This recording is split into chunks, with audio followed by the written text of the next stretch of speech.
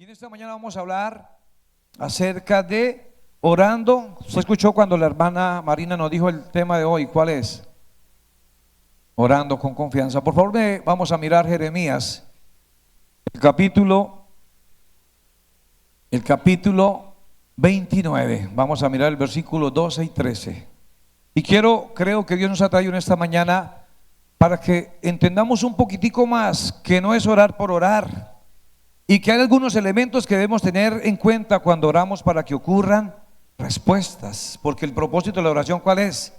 Ver la gloria de Dios, tener intimidad, ver las bendiciones de Dios que nos alcancen. Ese es el propósito de la oración. Vamos a leer el versículo 29, capítulo 29, el 12. Dice: entonces, vamos a leerlo a la voz de tres: 1, 2 y 3. Entonces me invocaréis y vendréis y oraréis a mí, y me buscaréis y me hallaréis, porque me buscaréis de todo vuestro corazón. Vamos a repetirlo: y me buscaréis, 1, y me hallaréis, 2, porque me buscaréis. Padre, aquí estamos.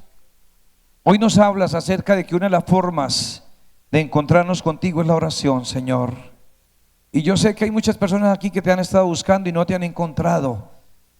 Y ellos dicen: no sé por qué no te he encontrado, Señor. Hoy tu palabra nos recuerda que si te vamos a buscar, te vamos a hallar. Y la razón es porque nosotros te vamos a buscar con todo nuestro corazón. Señor, conoces el corazón de cada hombre y mujer, de cada persona que está en este lugar. Yo te ruego que nos visites a través de tu palabra. Amén y amén. ¿Cómo es el tema? Orando con confianza. Había un chiste de un niño que se encontró un versículo en la Biblia que dice que si tuviera fe se iba a parar frente a una montaña y que le iba a decir: quítate de ahí. Y entonces él fue y se paró frente a una montaña, se tapó los ojos y empezó a orar: quítate de ahí, montaña. Cuando abrió los ojos, al frente está la montaña. A veces nos pasa así. ¿Sabe qué dijo el niño? Yo sabía que no se iba a quitar. Yo sabía que no se iba a quitar.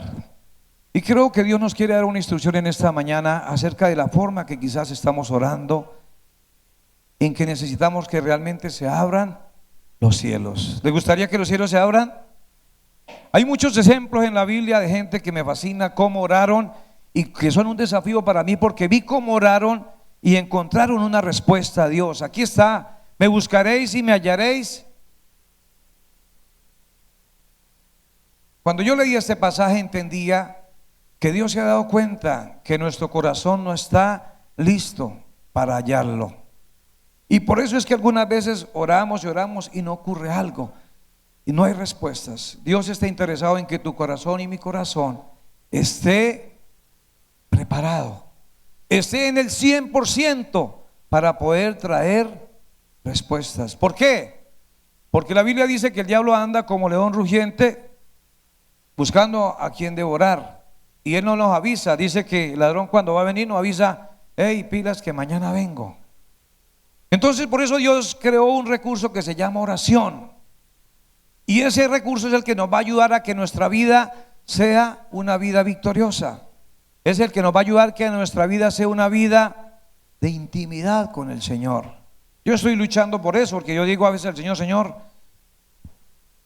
trato de orarme. Este tiempo no he estado trabajando estos días, y le he dicho al Señor: Señor, me levanto, Dios me levanta a 3 de la mañana y me pongo a orar. Y me pongo a orar, pero no quiero hacer un monólogo. Le digo al Señor: quiero hallarte. Y en ese trabajo estoy todos estos días. Y déjeme decirle que cuando nosotros pedimos que queremos hallar al Señor, entonces Dios dice: listo, está muy bien, buen propósito. Y entonces empieza a trabajar con nuestro corazón. El ejército de los Estados Unidos, cuando va a hacer una operación en Colombia o en el Amazonas, porque el Amazonas hay varias partes de estos países que pasa el Amazonas, no solamente en Colombia. Dice que cuando va a hacer una operación, advierte a los soldados que en el Amazonas salen las anacondas. Entonces le dice a los soldados: ustedes van a ir a una expedición, van a ir a trabajar y allá van a encontrar las anacondas. Y le dan unas instrucciones por si se encuentra una anaconda. Y le dice: si encuentra una anaconda, primer paso, no se asuste. ¿Cuánto puede medir una anaconda? Hay gente que solo viéndola por televisión se asusta. Yo también me da miedo. Ahora usted vela en vivo y en directo. Primer paso, no se asuste. Segundo paso, si se encuentra una anaconda, acuéstese.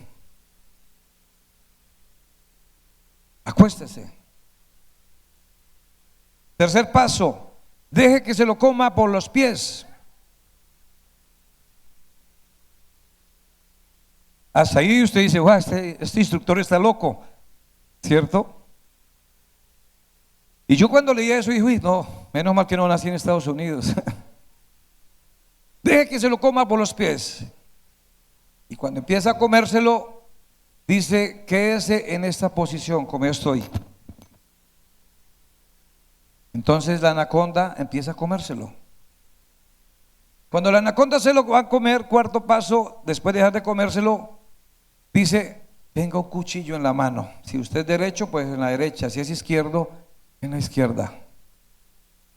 Y cuando la anaconda ya empiece a comérselo y vaya por aquí, usted saca el cuchillo y le rompe la quijada a la anaconda. Entonces ella, aunque quiera comérselo, ya no tiene capacidad de mordida y entonces no pasa nada. Cuando yo leí esa historia dije: terrible, pero un bonito proceso. Quinta instrucción. Dice el instructor: eso sí, asegúrese que el cuchillo esté afilado. Algunas anacondas nos han ido comiendo. Aunque somos cristianos, ofrendamos, ayunamos. ¿Qué más hacemos los cristianos? Leemos la Biblia, bueno, otras cosas que hacemos. Y nos come la anaconda, ¿cierto? Porque no tenemos un recurso importante que es el cuchillo de la oración. O puede que lo tengamos, pero el punto 5, ¿cómo está? No está bien afilado. Ahora, si no está bien afilado, ¿qué hay que hacer? Afilarlo. Y para poderlo afilar, usted tiene que buscar las formas como, o los medios como afilarlo. Algunas pruebas, algunas dificultades nos afilan. Dios permite ciertas cosas para afilar nuestra fe y pasarnos a otro nivel. Ayer antenoche nos acostamos con mi esposa y en la tarde mi esposa dice: me siento como mal, algo me cayó mal. Ah, bueno, listo. Yo pensé que era algo muy normal. Y entonces 2 de la mañana me desperté, ayer me despierto, bueno, ayer amanecí, antenoche y parte de la madrugada mi esposa muy enferma.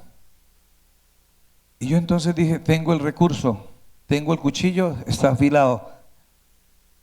Y me puse a orar. ¿Sabe por qué? Cuando nosotros oramos, y el enfoque que Dios ha dado este tiempo para nosotros como iglesia es este. Primer tema general es que anclados en la oración. Así de que cuando nosotros tenemos pruebas y dificultades, no tenemos que ir a ponernos a leer el horóscopo, hermano. Hay gente que lee el horóscopo. O hay gente que se acuerda que el chamán está en tal barrio de Bucaramanga y arranca para allá. Y entonces eso nos está diciendo que no estamos anclados en la oración. Y es por eso que nuestras oraciones no son entonces oraciones ¿qué? Eficaces. Y creo que es ahí donde nuestro corazón no está al nivel que debería estar. Así de que yo me puse a orar con mi esposa ayer a la madrugada, oraba y se calmaba. Yo me quedaba dormido un ratico y al rato otra vez, media hora, y yo dije: este cuchillo necesita más filo. Y ahí es donde uno tiene que entender qué es lo que Dios está queriendo hacer, qué Dios está permitiendo. Entonces yo dije, Señor, me gustaría que usted sanara a mi esposa, que se le fuera este dolor. No entiendo por qué no le ha pasado 100%. Debe estar pasando algo. Y en ese proceso, cuando uno está ahí, uno está diciendo, quiero que mis oraciones sean efectivas, eficaces. Porque usted no sabe cuándo va a venir el ladrón y si lo encuentra usted en ropa interior, usted cómo sale, cómo se va para el CAI a avisarle a los policías, por dar un ejemplo. Entonces a veces nos cogen algunos problemas de la vida en esa dimensión, en esa situación que usted dice, ¿qué hago? Y entonces usted dice, oiga, yo tengo 40 años de cristiano, 40 días de convertido. Ay, ¿verdad que existe la oración? Voy a orar. Y hay gente que Dios le responde de una. Los hermanos de la iglesia primitiva oraban y las cosas pasaban con soluciones rápidas. Era una iglesia que estaba anclada en oración. Pero mientras yo leía este pasaje que estamos hablando hoy de Jeremías, me di cuenta que algunas de nuestras oraciones son eficaces. Bueno, le termino lo de mi esposa. Siguió el problema, seguí orando y seguí orando. Señor, gracias, gracias. Y entendí que Dios estaba haciendo algo detrás de todo esto. Porque si usted ora y lo que usted espera no está ocurriendo, quiere decir que hay algo más que hay que hacer. Hay algo más que usted tiene que concientizarse o de alguna manera reflexionar. Nos fuimos para el médico porque mi esposa a las 10 de la mañana, creo que eran así, 9 o 10 de la mañana, dijo, no me aguanto más. Y yo pensé, Dios mío, ¿será que es una cirugía? Mi esposa cumple años mañana. Yo dije, y pensaba en todas esas cosas. ¿Qué tal en una clínica? ¿Qué tal una cirugía? Pero yo seguía, ¿sabe qué? Anclado en la oración. Y yo miraba a mi esposa y nos fuimos con Michelle para la clínica. Nos fuimos para un sitio, la revisamos y dijeron, no, aquí no podemos hacer nada. Váyanse para otra clínica. Así de que uno sigue como desesperándose. Y bueno, ¿qué pasa, Dios? Y usted dice, mis oraciones no están siendo eficaces. Puede pensarlo uno. Pero mientras yo iba entonces corre, yo dije, bueno, entonces tengo que orar con un poco más de entendimiento. Porque a veces oramos como el niño, Señor, quite esa montaña, y esperamos que la montaña se quite y la montaña no se va a quitar. Entonces, si la montaña no se quita, puede ser que Dios use otra forma para que usted pase esa montaña. Cuando estábamos allá dije, lo que yo entiendo es que ahora debo orar porque Dios mande un ángel en la clínica. Y entendía eso, que si Dios me permitía eso era para que no probara mi resistencia en la oración, mi perseverancia en la oración, pero también para entender que Dios tiene diferentes formas de respondernos. A veces encasillamos a Dios que queremos que sea de esta manera y no va a ser así de esa manera. Entonces nos pusimos a orar, ya no nos dejaron entrar, mi esposa no entró, entonces yo dije, bueno, Señor, aquí está mi esposa otra vez en tus manos, está dentro de esa clínica. Y de un momento a otro empecé como a reírme, como a sentirme tranquilo. Y yo me asomaba, ahí está mi esposa sentada, yo me asomaba y la miraba por el espejo. Y le decía al vigilante, ¿qué ha pasado con mi esposa? Hoy está en espera, ya está en espera. Hasta le dije a Michelle, porque fuimos a entrar y no me dejaron entrar. Entonces yo dije, bueno, yo también tengo un dolorcito por aquí. Voy a aprovechar y le digo al vigilante que yo también necesito urgencias y de paso me siento al lado de mi esposa.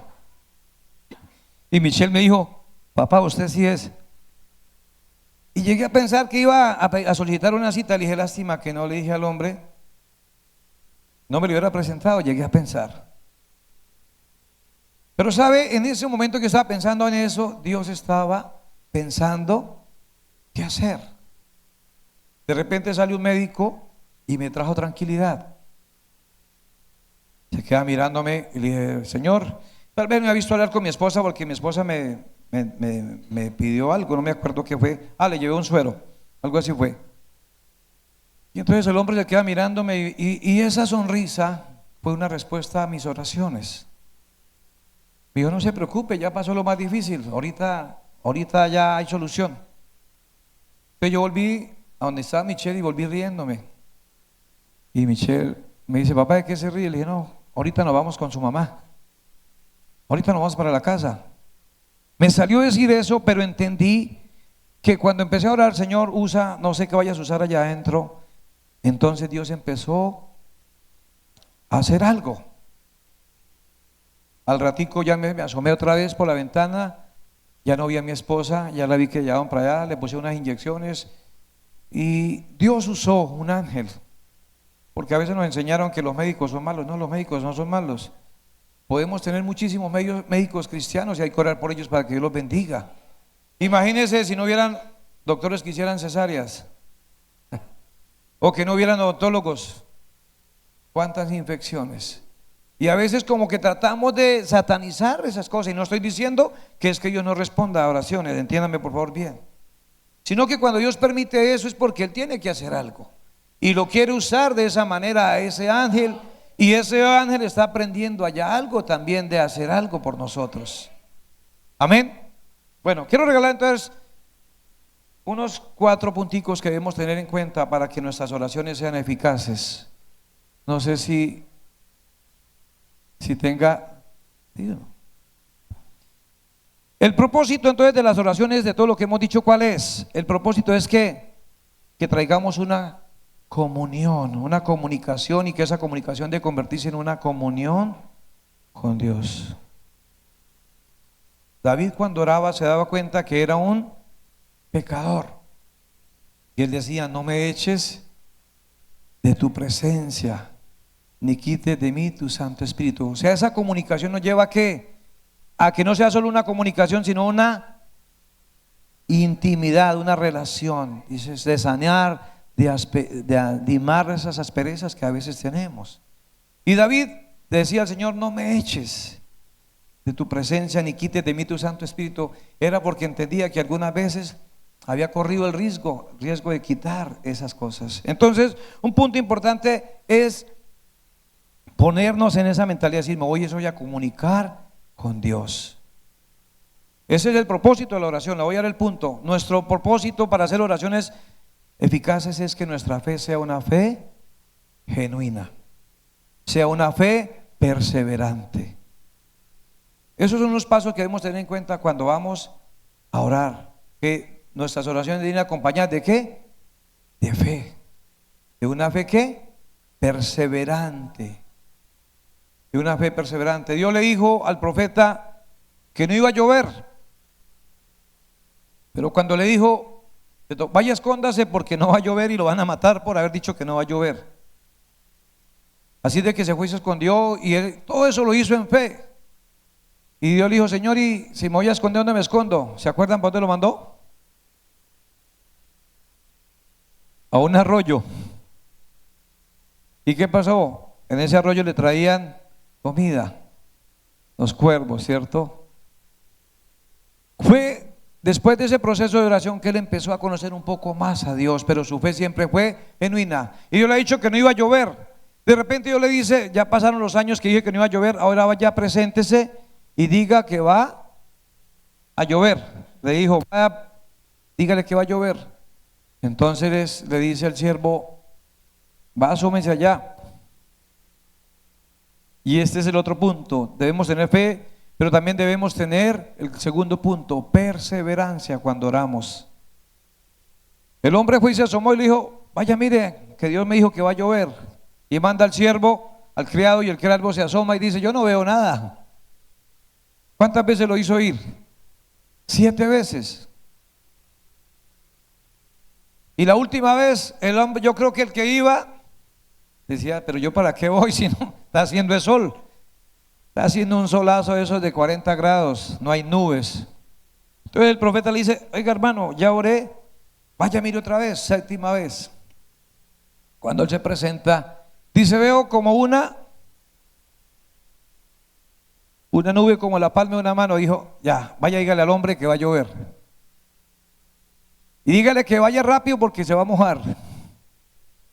Ese es un paso importante que debemos tener nosotros en nuestra oración, tener una fe perseverante. Lo que pasa es que a veces nos desanimamos tanto. Yo ayer no dejé de orar, aunque no quería ir a la clínica, no dejé de orar. Llegamos a la clínica y no dejé de orar, porque no sé en qué momento Dios va a hacer la respuesta, si es allá o acá, pero que la va a hacer, porque yo estaba anclado en la oración. Otro punto importante que debemos tener es que debemos orar conforme, escuche esto, a la voluntad de Dios.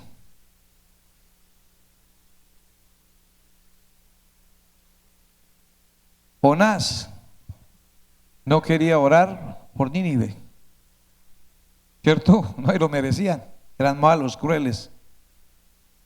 Y cuando le tocó orar por ellos, no oró conforme a la voluntad de él, sino conforme a la voluntad de Dios. Ese es el problema de nosotros, que a veces oramos conforme a nuestra. Ahí en este cuarto, cuando nosotros éramos adolescentes, aquí había un cuartico dividido en dos, ese rincón, y había un muchacho de la iglesia, creo que ya murió, y ese llegaba una muchacha a la iglesia nueva y le echaba el ojo.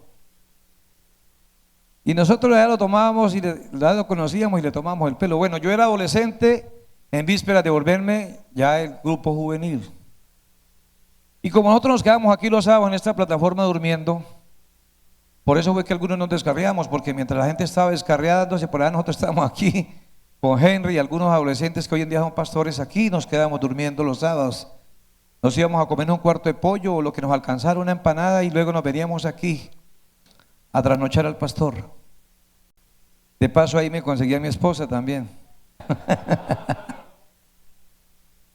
Me fue bien, ¿sí yo? Pero vea, en ese cuartico hay un muchacho que lo encontrábamos, él se venía a orar y un día lo encontrábamos. Alguien lo encontró, yo no lo encontré. Señor, que se haga tu voluntad, pero que sea ella.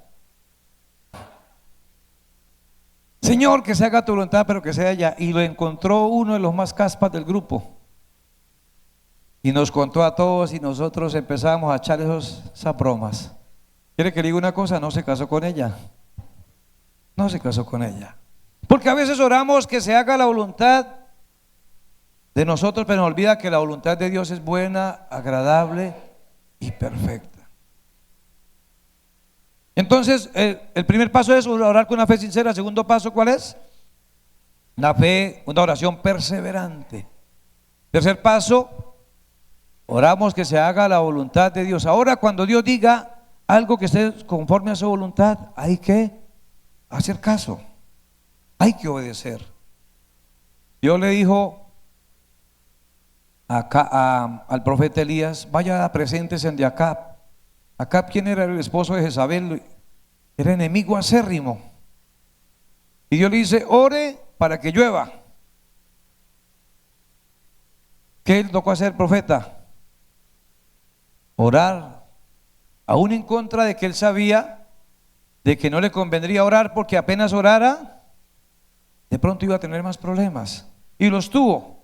Cuando llovió, él hizo una apuesta elegante. Usted sabe la historia. Cuando él le dijo al muchacho: vaya, mire, dijo: sí, ya está lloviendo, ahí viene. Le dice, no recuerdo el nombre de esa persona, Usías Arquita, creo que es, mami. Cuando llovió, el hombre más buscado antes de que lloviera en la tierra por haber profetizado una sequía sobre la tierra era el profeta Elías. Así de que era el hombre más buscado, y Dios le dice al profeta: va a llover, vaya, ore, porque ya pasó el tiempo y necesitamos que llueva. ¿Qué hace Dios? Le da esa orden. Y esas órdenes que a veces Dios da son órdenes que de pronto cuestan a nuestra voluntad. Porque Él diría: no, si yo oro va a llover, pero si aparte llueve, esta gente no se merece que llueva, que sigan castigados, que Dios los siga reprendiendo. Podríamos pensar eso, ¿cierto? Porque a veces decimos: no voy a orar por esto. Y hay gente, hay vecinos, hay patrones, hay familiares que usted dice: no, es que yo prefiero como que no orar. Pero la orden de Dios, ¿cuál es? Que oremos de acuerdo a la voluntad de Dios sin cesar. Y es ahí donde a veces oramos de una manera deshonesta, porque no estamos orando conforme a la voluntad de Dios, sino conforme a nuestra voluntad. Y eso es un problema que a veces tenemos. Vamos a mirar aquí, si me regalan esta cita, por favor, Juan 5:14. ¿Qué dice Juan 5:14? Me lo pueden regalar para aclarar un poco o confirmar de que debemos orar conforme a la voluntad de Dios, no conforme a nuestra voluntad. Después le halló Jesús en el templo y le dijo, mira, espera a ver. Perdón, primera de Juan, la tengo apuntada mal.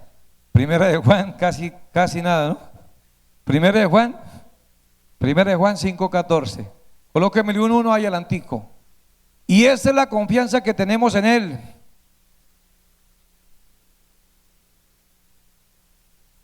Él nos oye.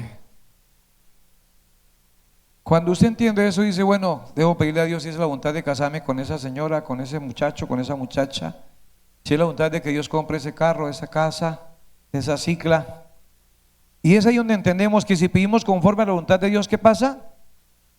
Él nos oye. El amigo mío está orando conforme a la voluntad de Él. No me detengo más en eso. Otra cosa que debemos tener en cuenta es que cuando oramos con fe, cuando oramos con perseverancia y oramos creyendo que es la voluntad de Dios, nosotros también debemos estar dentro de la voluntad de Dios. Ese es el problema, que no hayan respuestas, que nosotros no estamos dentro de la voluntad de Dios. Voy a regalar una cita para confirmar esto. Regáleme por favor Primera de Juan, ahí mismo en Primera de Juan, el capítulo 3, el versículo 22. Son dos cosas diferentes. Debo hacer oraciones conforme a la voluntad de Dios, pero también debo hacer oraciones en las que yo esté de acuerdo a la voluntad de Dios. Vea lo que dice este versículo. Y cualquiera cosa que pidiéremos, porque sus mandamientos y hacemos. En otras palabras, ¿sabe qué no nos deja tener filo a nuestro cuchillo para matar anacondas? Lo contrario a este versículo. Déjeme el versículo por favor, Joelito. Leámoslo otra vez. Y cualquiera cosa que pidiéramos. Ahora, no estoy diciendo, no interprete mal, porque usted diría, bueno, voy a pedir que me gane el baloto, o que me gane, que el vecino del lado me regale la casa y yo no le voy a dar un peso. Esas cosas no se van a cumplir. ¿Sí? O que voy a decir, Señor, yo voy a comprar el número tal y me voy a ganar la lotería. Eso no va a ocurrir. Aquí está hablando de que si nosotros estamos dentro de la voluntad de Dios, Dios nos va a enviar cosas, y volvimos a decir, dentro de la voluntad de Dios, que es buena, agradable y perfecta. Ahora permítame, después de mostrar ya estos puntos que le dije que debemos tener en cuenta para que nuestras oraciones sean eficientes o eficaces, es que debemos tener motivos correctos cuando oramos.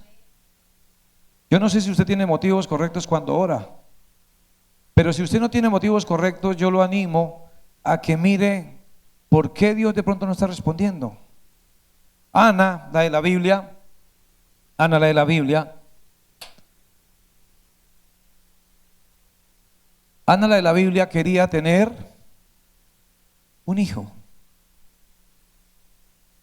Y estuvo pidiéndolo por mucho tiempo, un hijo. ¿Tenía motivos correctos para pedirlo? Sí, le voy a dar algunas características. Una mujer que no podía tener hijos en ese entonces era una mujer vista bajo maldición. ¿Pero por qué también una mujer quería tener hijos? Porque ese iba a ser como el sustento para su vejez. Ahora, ella tenía un esposo y el hombre le decía, pero es que yo le soy mejor que ¿qué? ¿Que cuántos? Yo no te soy mejor que 10 hijos. Ese señor era un tipo bueno. En todo sentido de la palabra era un tipo bueno. Pero ella tenía ¿qué? Un motivo correcto para decir, Señor, no quiero ser estéril. Y había otro riesgo que ella corría. La tradición romana o de esos de allá de Oriente era que si una mujer no podía tener hijos, entonces hacían lo que hizo Sara con Agar, buscar un plan B y decir, acuéstese con la criada. Yo creo que mucho tiempo le dijeron, venga, busque dígale a su esposo que se consiga una criada, o de pronto la tenía. Pero yo decía, no. Y usted lee en Samuel, primer libro de Samuel, lee que Ana no se resignó a eso, dijo, yo quiero tener un hijo. Y pasó un poco de años. Y dice, me gusta, y quería también profundizar sobre esto. ¿Dónde era el lugar que hacían ellos los sacrificios? En Silo. El Silo era donde habitaba el arca de Dios, la presencia de Dios, y por eso iban allá.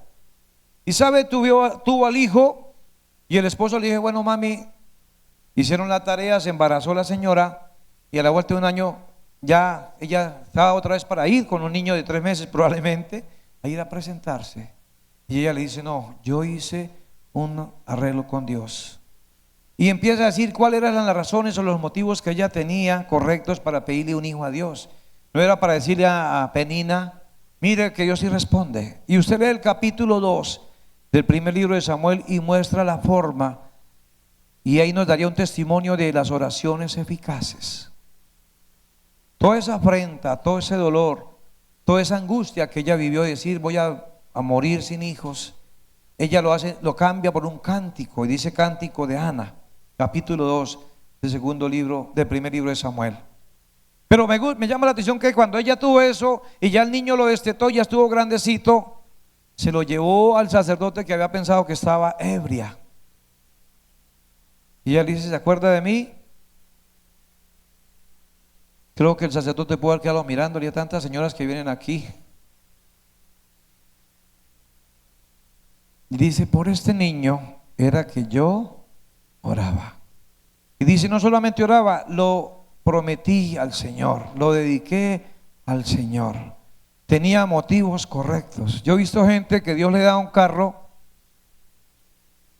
y usted lo ve con el parlante. He visto gente con el baúl atrás, con esos parlantes de un equipo de 5 millones y con música que no le va a edificar. Es música bonita, pero que no lo va a edificar, que de parte que no lo edifica a él está haciendo un tropiezo para otro que dice, ay, he visto gente.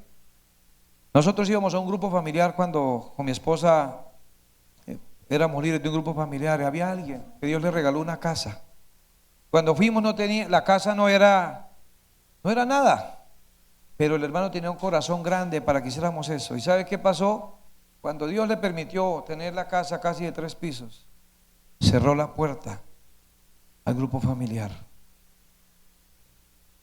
Tuvo motivos correctos, pero los perdió. Tuvo motivos correctos, pero los perdió. Déjeme decirle que una de las cosas que Dios está mirando en nuestro corazón, porque a veces no tenemos motivos correctos.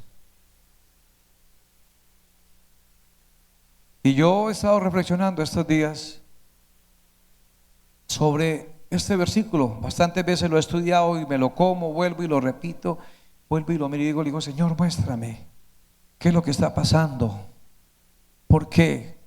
Y me doy cuenta, o Dios me hacía entender, que muchas de sus oraciones y muchas de mis oraciones no son eficaces, es porque nosotros estamos sanos espiritualmente, pero enfermos emocionalmente. Vuelvo a repetir esto. Muchas de nuestras oraciones no son respondidas, es porque estamos sanos espiritualmente. O sea, usted no está en pecado, no está viendo maldad, pero usted emocionalmente está enfermo. Y estar enfermo emocionalmente nos lleva a ¿qué? A reaccionar mal. La Biblia dice, de la abundancia del corazón habla la boca. Y también dice que el poder de la vida y de la muerte, ¿dónde está? En la lengua. Entonces, cuando un corazón está enfermo emocionalmente, no va a hablar bonito, como dije días pasados. Y yo entendía entonces que muchas veces probablemente Ana estuvo enferma emocionalmente, de ver que no habían respuestas, de ver que no había nada de esto, de ver que Penina le decía, vea, yo sí tengo y usted no tiene. Eso nos enferma emocionalmente. Ahora, a veces cuando estamos enfermos emocionalmente, nosotros hablamos amargadamente. Y el hablar amargadamente hace que, primero, una evidencia que nosotros tenemos el espíritu enfermo. las emociones enfermas. Ayer yo a la madrugada hablaba con mi esposa de ese tema. Yo le decía, mami, analicémonos, revisémonos nosotros. Porque a veces hablamos, hace unos días atrás mi esposa dijo una frase y se la escuché y creo que no fue casualidad. Y ella sabe que estoy diciendo la verdad. Le dijo a Dios que no quería vivir más, de ver algunos problemas. Y yo cuando escuché eso la volteé a mirar y me quedé pensando, ¿esto es un motivo correcto o no es un motivo correcto? Y ayer cuando estábamos allá en ese proceso, yo le dije, mami, recuerda que usted dijo estas palabras. El problema no es con Dios, porque Dios sabe cuándo usted y yo nos vamos a morir. El problema es con el diablo, que también las escucha. Y entonces empieza a hacer cosas para que ya tiene las cosas fáciles para destruirnos de alguna manera, porque Él opera en los aires. ¿Cuánto más? Y yo le decía a mi esposa, y creo que eso fue lo que Dios permitía para nosotros ayer, decir esto y reflexionar, que estamos a veces enfermos, ¿qué? Emocionalmente, sanos espiritualmente, pero enfermos emocionalmente. Yo no sé qué lo ha estado usted hiriendo últimamente emocionalmente, y yo quiero que usted reflexione y diga, Señor, yo me siento enfermo por esto.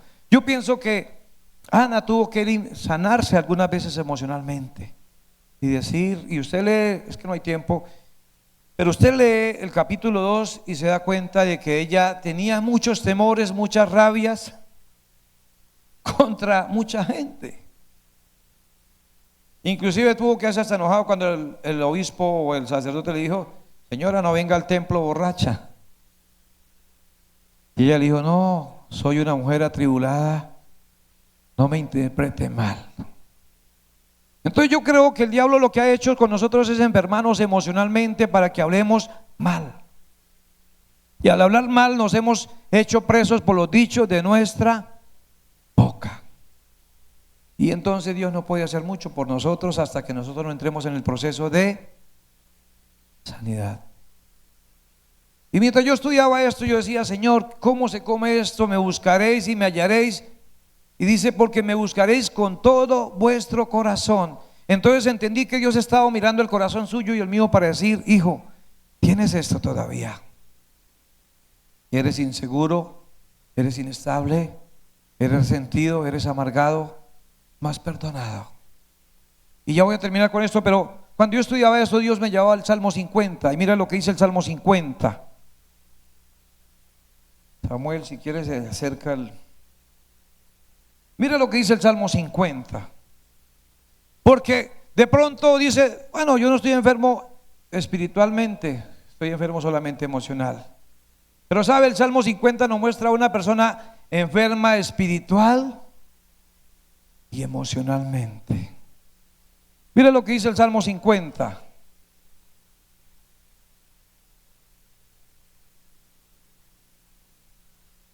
El encuentro, Salmo 50. Creo, vamos a leer desde el versículo 13.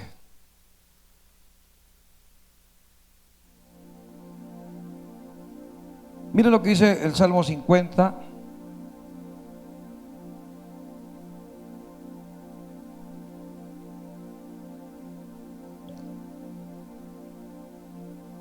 Vamos a leer desde el 14 hasta el 23 y vamos terminando. O vamos aterrizando, como dicen los predicadores.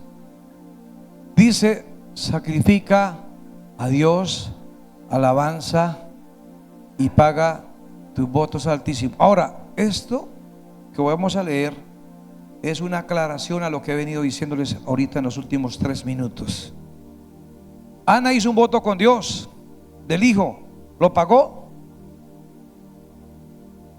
Hay votos que hemos hecho y no los hemos pagado. Eso retiene el efecto a nuestras oraciones. E invócame en el día de la angustia, que dice, y te libraré. Hay gente que ha estado angustiada y ha invocado a Dios. Dios ha respondido. Sale la angustia y se le olvida. Y dice, pero al malo Dios dijo, escuche esto, Esto es la radiografía de alguien que está enfermo espiritual y emocionalmente. Pero al malo Dios dijo: ¿qué tienes tú que hablar de mis leyes y que tomar mi pacto en tu boca? Es una pregunta. Pues tú aborreces la corrección. Escuche, un enfermo espiritualmente es una persona que aborrece la corrección o la instrucción de Dios. Y echas a tu espalda mis palabras. Esto es una radiografía, como dije, de alguien que está enfermo espiritualmente. Echas a tu espalda mis palabras. Si veías al ladrón, tú corrías con él, y con los adúlteros era tu parte. Sigamos. Tu boca metías, escuche, otra vez la boca jugando un papel sucio. Tu boca metías en mal, regálemelo por favor. Y tu lengua, esa es brava. Cuando hablamos mal, este matrimonio no va a servir más, esta empresa va a fracasar, este país es mejor salir corriendo, Colombia no sirve más. Estamos haciendo daño a nuestras oraciones que a veces estamos haciendo.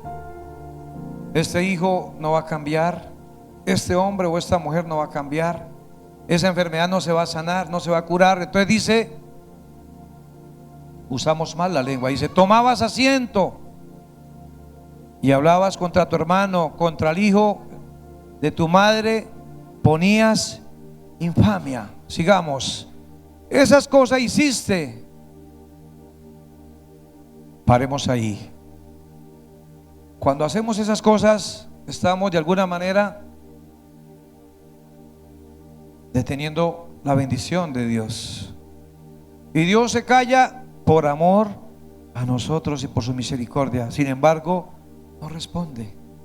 Sigamos. Pensabas que de cierto sería yo como tú, pero te reprenderé y las pondré delante de tus ojos.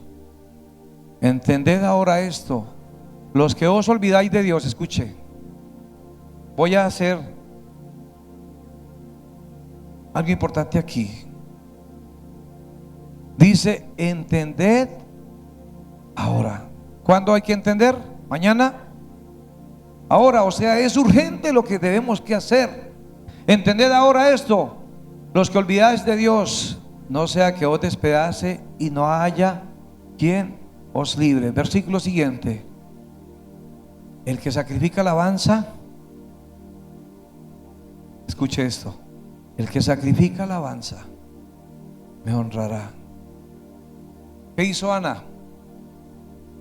Sacrificó alabanza cuando era difícil hacerlo. ¿Qué es sacrificar alabanza? Es hablar diferente a como la situación me está poniendo a hablar. Sacrifica alabanza. Hay que hacerlo. Y ahí dice, aquí hay dos cosas: el que sacrifica, ¿qué pasa? Me honrará. Y el que ordene su camino, le mostraré la salvación de Dios. No sé si el 24 también me sirve. Vamos a ver qué dice. Hasta ahí, entonces no me sirve.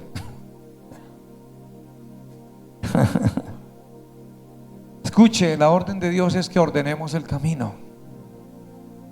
Ordenemos el camino y verá que las cosas van a mejorar. La orden de Dios es que sacrifiquemos alabanza. ¿Y sabe sacrificar cuesta? Pero es algo importante el sacrificio. Dice: nos librará en el día de la angustia. Escuche, me gusta ese versículo, creo que era el 14. Regáleme el 14 por favor. O sí, el 14. 15, gracias. Por favor me regala el versículo 15. Terminemos ahí, se acabó ya el tiempo, estuvo bien. ¿Para qué más?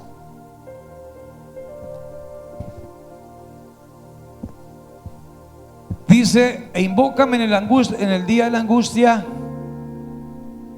Escuche dos cosas importantes. ¿Qué hará Dios?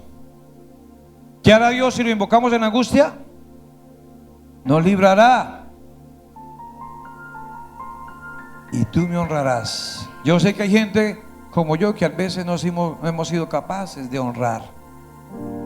Pero el versículo 14, por eso le decía el 14, regálemelo, hay la razón a esto.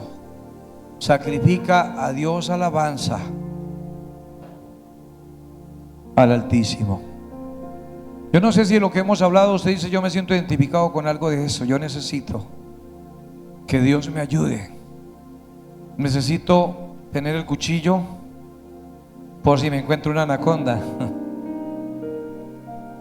No se deje desanclar de la oración. No nos dejemos, porque yo también estoy ahí. No nos dejemos desanclar de la oración, porque entonces vamos a perder. Siempre digo a mis amigos y a mis familiares: Dios nos quedó con libre albedrío y Él nos deja ir y nos suelta la pita hasta donde queramos ir. ¿Sabe cuál es el problema? Para devolvernos, porque estamos bastante lejos. Colóquese sobre sus pies, por favor.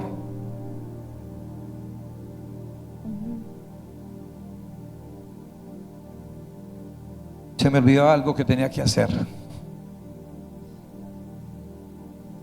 Terminemos con una oración de alguien que hizo una oración. Usted dice: bueno, yo no sé cómo orar. ¿Qué voy a hacer? ¿Cómo voy a orar? Ya nos dimos cuenta que podemos estar enfermos. ¿Qué? ¿Cómo podemos estar enfermos? Espiritual o emocionalmente. ¿Sabe? Este versículo que leímos de Jeremías: me buscaréis y me hallaréis, porque me buscaréis con todo vuestro corazón. ¿Sabe? Ese versículo tuvo respuesta. ¿Y por qué estaban Dios diciéndole esa palabra, que lo buscaran? Porque llevaban casi 70 años, creo, no estoy bien seguro, creo que 70 años de cautiverio, en exilio en Babilonia. Pero yo creo que me proyecten Daniel capítulo 9, por favor.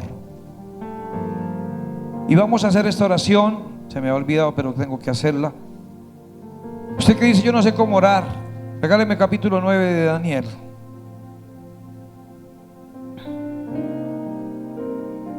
Señor, gracias.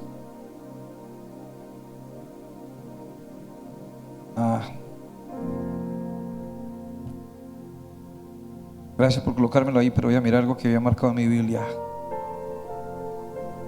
Vamos desde el versículo 18, por favor, para resumir. Esa es una oración que hizo Daniel, una oración eficaz, como la que usted y yo debemos hacer para que la mano de Dios se mueva. Vamos a leer, y vamos a leer hasta el versículo, creo que hasta el versículo final. No, hasta el 22, creeré yo. Vamos a leer nada más estos. A la voz de 3 yo quiero que me acompañe. Usted que se siente identificado, que dice: yo también estoy en cautiverio, yo también me siento apresionado por cosas. Haga esta oración conmigo, que Daniel la hizo, y vamos a leerla con el entendimiento. A la voz de 3, 1, 2 y 3. Inclina, oh Dios mío, tu oído y oye, abre tus ojos y mira nuestras desolaciones y la ciudad sobre la cual es invocado tu nombre, porque no elevamos nuestros ruegos ante ti confiados en nuestra justicia, sino en tus misericordias. Oye, Señor, oh Señor, perdona, presta oído, Señor, y hazlo.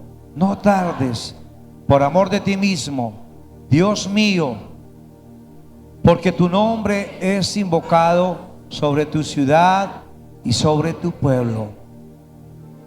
Aún estaba hablando y orando y confesando mi pecado y el pecado del pueblo de Israel, y derramaba mi ruego delante de Jehová mi Dios por el monte santo de mi Dios.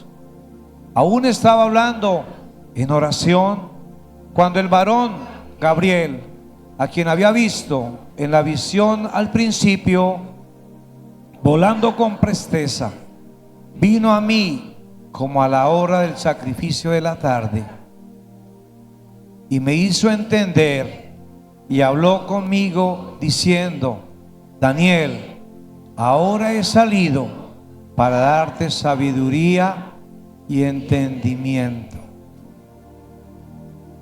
Dejemos ahí. Pero si usted lee este capítulo se da cuenta que fue una de las oraciones más bonitas que puede hacer un ser humano, de perdón, de pedir misericordia, porque ninguno de los que estamos aquí tenemos justicia para decir no, yo sí no tengo problema. Vamos a cantar una oración y vamos a pedirle a Dios que esos muros que nos han estado destruyendo caigan en el nombre de Jesús. Esos muros que nos han estado haciendo cautivos caigan.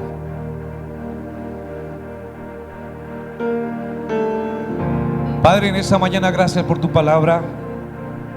Aquí está un grupo de tus ovejas de tu prado. Me dijiste o me hiciste entender a través de Jeremías que la forma de hallarte, que te vamos a buscar y te vamos a hallar, y que la forma correcta es con todo el corazón.